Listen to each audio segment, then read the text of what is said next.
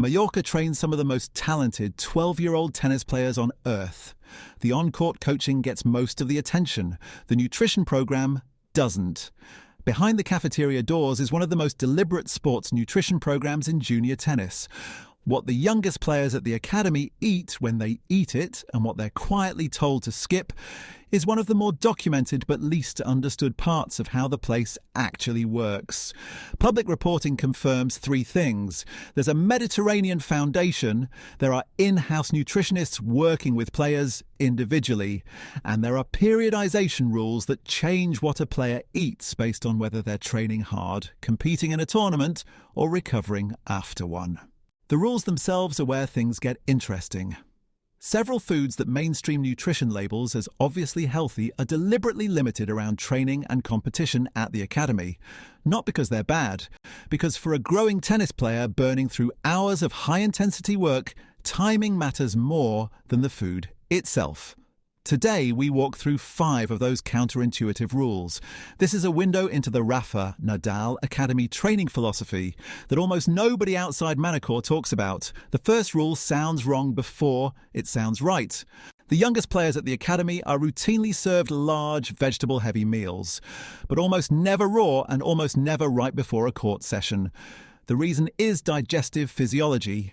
Raw vegetables, especially cruciferous ones like broccoli, cabbage and kale, are dense with fibre. Fibre slows gastric emptying. Slow gastric emptying during high-intensity exercise means a heavy, slow gut, redirected blood flow, and a higher chance of cramping. None of that is a problem at the dinner table. All of it is a problem on a hot Mallorcan practice court at 3 in the afternoon. So the academy follows what most elite junior programs follow. Vegetables get cooked, often softened, often pureed, before any session that includes hard running. The cooking breaks down fibre and makes the meal sit lighter in the stomach. The same vegetables, raw, get pushed to dinner after the day's training is done.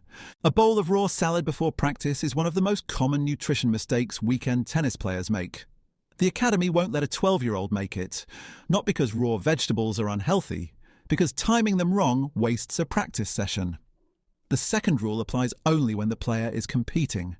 The rest of the year, the academy serves fruit constantly. But during tournament weeks, the rules tighten. Whole apples, whole pears, dense berry bowls all get scaled back. The reason, again, isn't the food. It's the math of competition.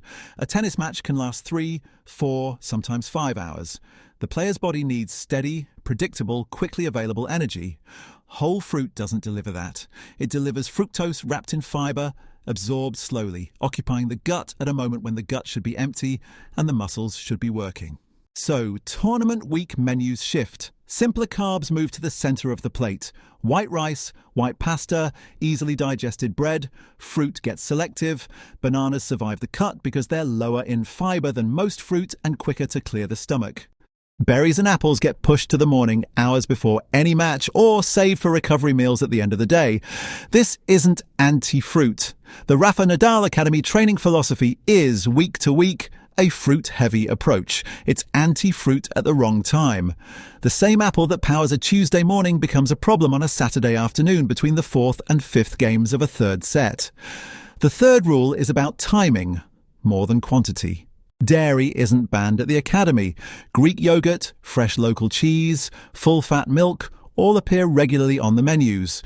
But the placement of those foods inside a player's day is rigid, and it has nothing to do with their nutritional value, which is high.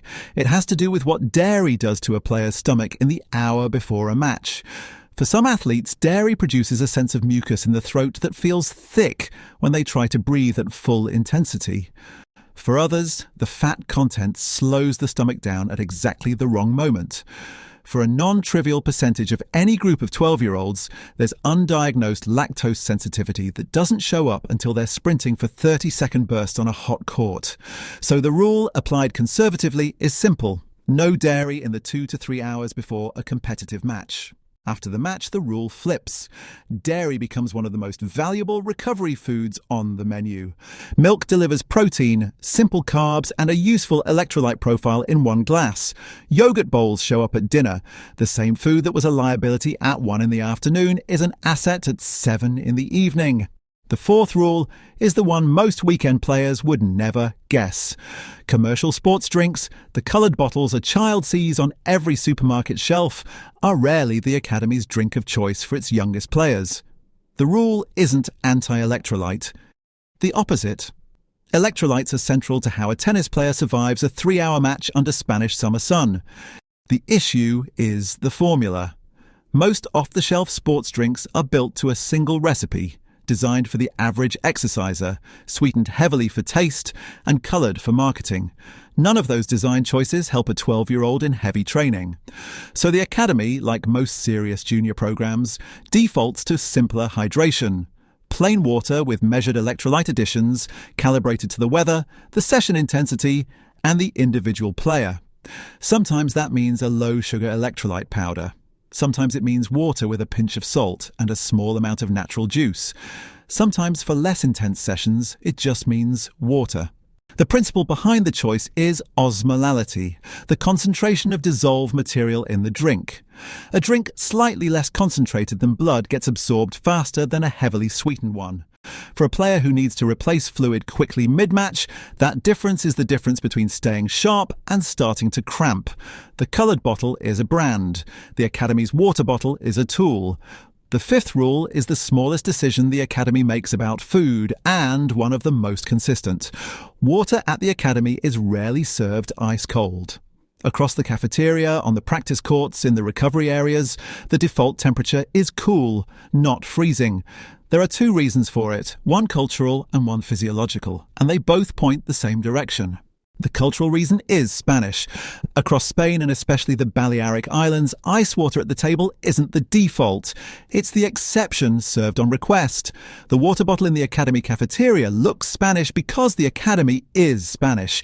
The physiological reason matters more.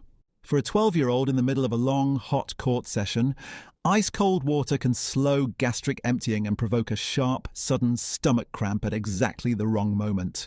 Cool water, not freezing, gets absorbed faster, sits lighter in the gut, and lowers the chance of mid-rally GI distress. Sports science research backs this up. Slightly cool water, around 15 degrees Celsius, is the optimal mix of palatability, cooling effect on the core, and absorption speed. The bottle that looks unremarkable in the Academy fridge is, like everything else on this list, a deliberate choice. The Rafa Nadal Academy training philosophy is built on 1,000 of those choices, almost all of them quiet. 5 rules, not 5 rules about restriction, 5 rules about timing. Raw vegetables stay on the menu after training, whole fruit stays on the menu on training days. Dairy stays on the menu after the match instead of before it. Electrolytes stay in the bottle, calibrated instead of branded. Water stays cool, not cold, because Spanish water has always been cool. What looks from the outside like a list of foods the Academy avoids is actually a list of foods the Academy schedules. Nothing is forbidden. Everything is placed. That's the difference between the protocol a professional sports nutritionist designs for a 12-year-old elite athlete and the diet advice a teenager might find online. It's also, unstated but obvious, the same philosophy that produced the player the Academy is named after. Rafael Nadal's career wasn't built on what he ate. It was built on 1,000 small, repeatable, boring decisions made the same way for 2 decades. The food at the Academy is one of those decisions. 12-year-olds at Manacor aren't learning to eat differently. They're learning to make choices the same way Nadal did, one quiet rule at a time.